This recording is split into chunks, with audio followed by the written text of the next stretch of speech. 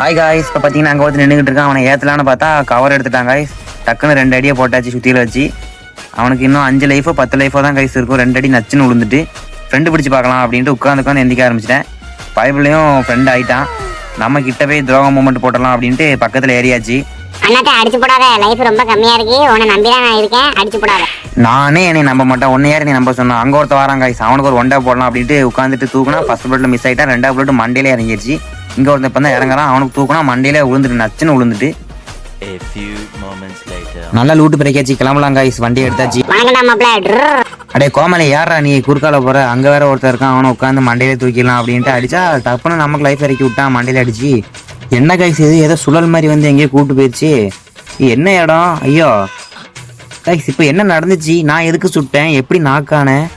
ஒன்றுமே புரியல. இப்போ திரும்பி சுழல் வந்து இங்கே வந்து விட்டுருச்சு. என்ன அவ்வளோதான், நான் மேட்சை முடிஞ்சா? எப்படி? எனக்கு ஒன்றும் புரியல. என்னடா பண்ணி வச்சிருக்கீங்க அப்டேட்டில்? கரீனா மண்டையா? மறக்காம சர்ப்ரைஸ் பண்ணுங்க. தேங்க்யூ.